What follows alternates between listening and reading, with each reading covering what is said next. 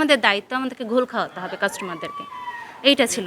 আমরা কোনো সময় ক্ল্যারিফিকেশন পাইনি। যে নষ্ট জিনিস ভালো জিনিস না, এই সব কিছু ওদের কর্মকাণ্ড আমরা জেনে গেছি। হ্যাঁ, এক নাম্বার শুনেন, নো নো নো, কোনো তাহলে তো লাইসেন্স দেখাতে পারতো, ওদেরকে জিজ্ঞাসা করবেন লাইভলি আছে কি না। আমাদেরও একটা সম্মান আছে, আমরা সবাই ভালো ফ্যামিলি থেকে বিলং করি, ঠিক আছে।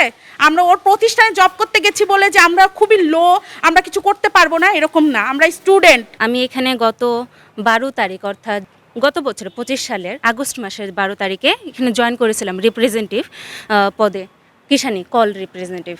তো সিসিআর যেটা ওনারা বলতো সেখানে আমি কর্মরত ছিলাম, ভালোই করছিলাম চাকরি। কিন্তু যেদিন ইন্টারভিউ দিতে আসি সেদিন ওনারা জানান যে আসল সার্টিফিকেট লাগবে, এইচএসসি সার্টিফিকেট, হায়ার সেকেন্ডারি সার্টিফিকেটটা।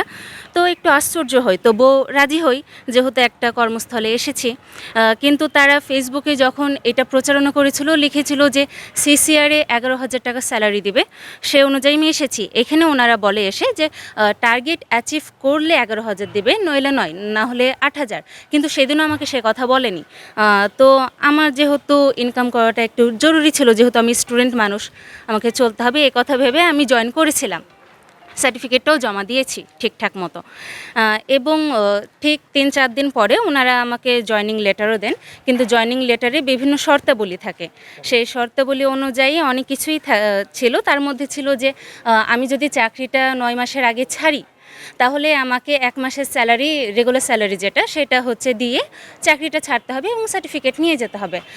আমাকে ওনারা বলে যে তুমি 11,000 টাকা দিলে সার্টিফিকেটটা পাবা, নইলে পাবা না। এটা তো আমার শিক্ষা জীবনের একটা বড় অর্জন, হায়ার সেকেন্ডারি সার্টিফিকেট। এটা কেন ওনারা এভাবে জমা রাখবেন? আমি এসে ওনাদেরকে রিকোয়েস্ট করি এবং ম্যানেজার স্যারকে আমি মেসেজও দিয়েছি যে স্যার এরকম ব্যাপার, আমি রেজিগনেশন দিয়েছি। সেদিন ওনারা কেউ ছিলেন না, আমি তাই এই তো মেসেঞ্জারও ওনাকে আমি বিস্তারিত জানিয়েছি যে স্যার এই বিষয়ে কি করব। উনি বলেন যে এইভাবে তো হবে না, রেজিগনেশন জমা দেওয়া, পরের দিন অফিসে আসেন। আমি অফিসে এসেছি সময় মতো, মানে ওনারা আমার সাথে কথা বলেনি, আমি অফিসে এসেছি সময় মতো আসলাম, ওনার সাথে কথা বললাম, উনি আমাকে অনেকক্ষণ অপেক্ষা করিয়েছেন। আমি অপেক্ষাও করেছি, ঠিক আছে, আমি রাজি, আমি 1 মাসের স্যালারি দিয়ে বের হয়ে যাব।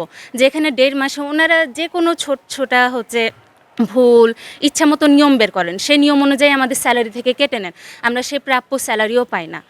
এইটা ভুল, ওইটা ভুল, ওনারা যখন তখন রেগুলেশন বের করবে, নিয়ম বের করবে, রুলস বের করবে, দিয়ে কেটে নেয়। এই কারণে আমরা কখনো পুরোপুরি স্যালারি পাইও নি।